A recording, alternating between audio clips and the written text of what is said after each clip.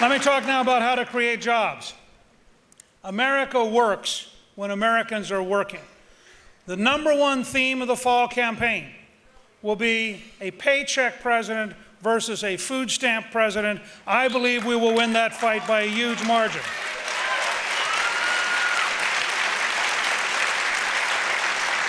I worked with President Reagan, and in his 8 years, we created 16 million jobs. I worked with President Clinton, and in those 4 years, we created 11 million jobs and got down to 4.2% unemployment. So how do you do it? Really serious change, and I have only one measurement for what I'm about to tell you. So I want the establishment to understand up front, this is not about fairness. This is not about being revenue neutral.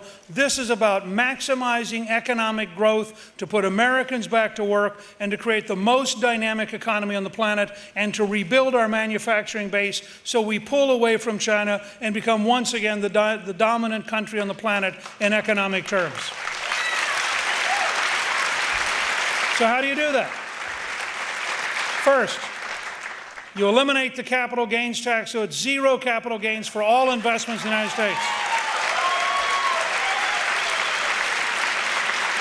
Second, you go to 100% expensing, so all new equipment at every level, farmer, factory, doctor, business, all of it gets written off in 1 year. The goal is to make the American system the most modern, most productive in the world. You also, if you're going to modernize the equipment, you want to modernize the workforce. Unemployment compensation should be changed so that in order to get unemployment compensation, you sign up for a business-led training program, so we are modernizing our workforce.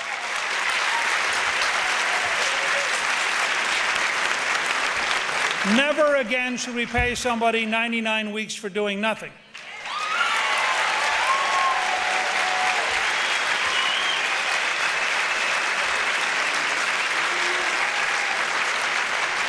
In 99 weeks, you can earn an associate degree.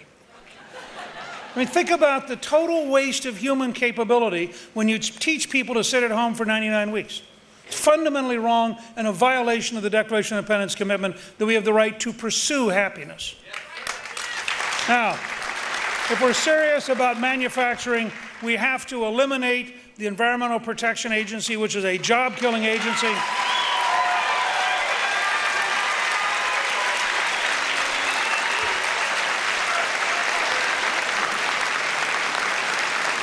We should replace it with a brand new Environmental Solutions Agency made up of new people, and the #1 requirement should be common sense. They should also have to take into account economics. The idea that at the highest gas prices we've had, they are looking at a regulation that would raise the price of gasoline 25 cents a gallon tells you how utterly, totally irrational EPA is today and why we should replace it with a new agency.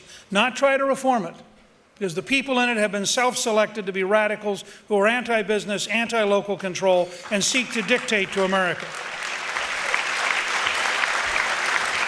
We also need a 21st century Food and Drug Administration whose job is really simple. Be in the laboratory, understand the science, and accelerate getting it to the patient so we save as many lives as possible, as rapidly as possible, and in the process, we create hundreds of thousands of new jobs, dominating the world market in healthcare. We need a 12.5% corporate tax rate. That's the Irish tax rate. It makes us tremendously competitive in the world. It brings home $700 billion in profits that are locked up overseas. It enables our companies to compete. And I say to my liberal friends, at 12.5%, General Electric will actually pay taxes.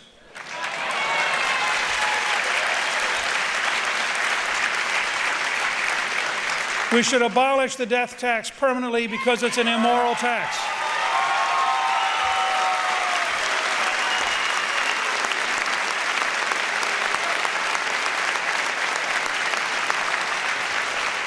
You know, when Governor Romney released his taxes, the liberals were shocked. He was only paying 15%. Their answer was to raise his taxes. I'm a conservative. I believe our goal should be to get your taxes down to 15%. Now, how do you do that? We have in my plan something we got from Hong Kong, care of Steve Forbes. Hong Kong has had for years a two-track system. You can keep the current code, all the red tape, all the deductions, all the forms, or you fill in one page. Here's how much I earned, here's how many dependents, here's 15%.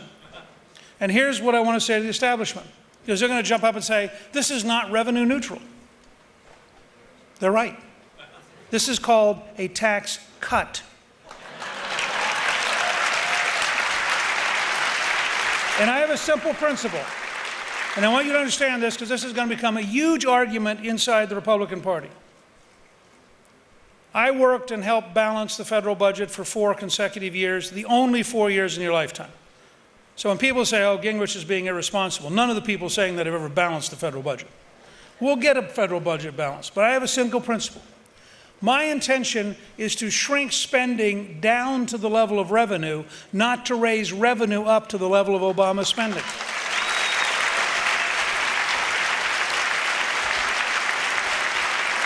This was a fight we had in 1984 when we put in the no tax increase platform, which I worked with Jack Kemp and Trent Lott and Bob Cass and others on, against, by the way, the establishment.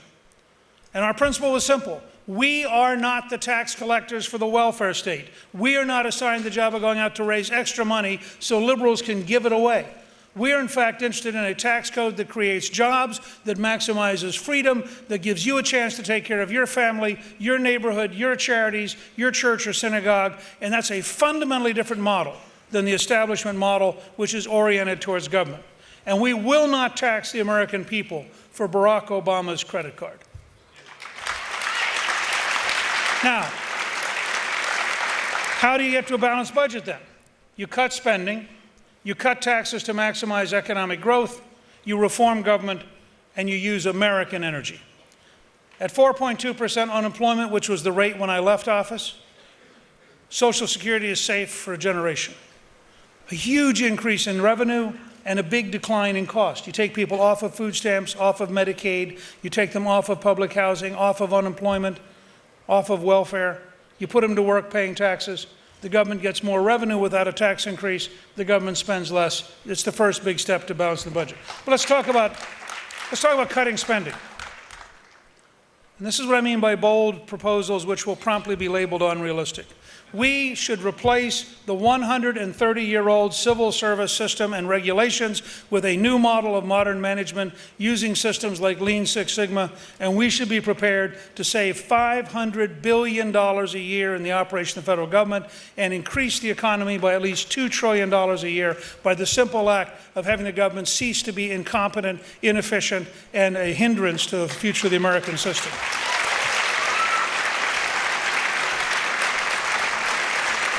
We should look at cutting spending by looking at every single agency, and we should start by abolishing the Department of Energy, which has been a total failure since it was founded.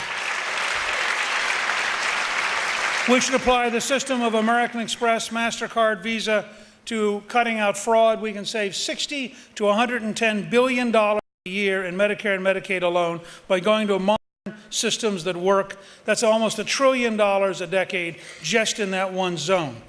We should apply the 10th Amendment. I'm delighted that Governor Perry's agreed to head up a project to develop for the platform this summer, for a contract this fall, and for a bill in January, a 10th Amendment implementation to return power back home.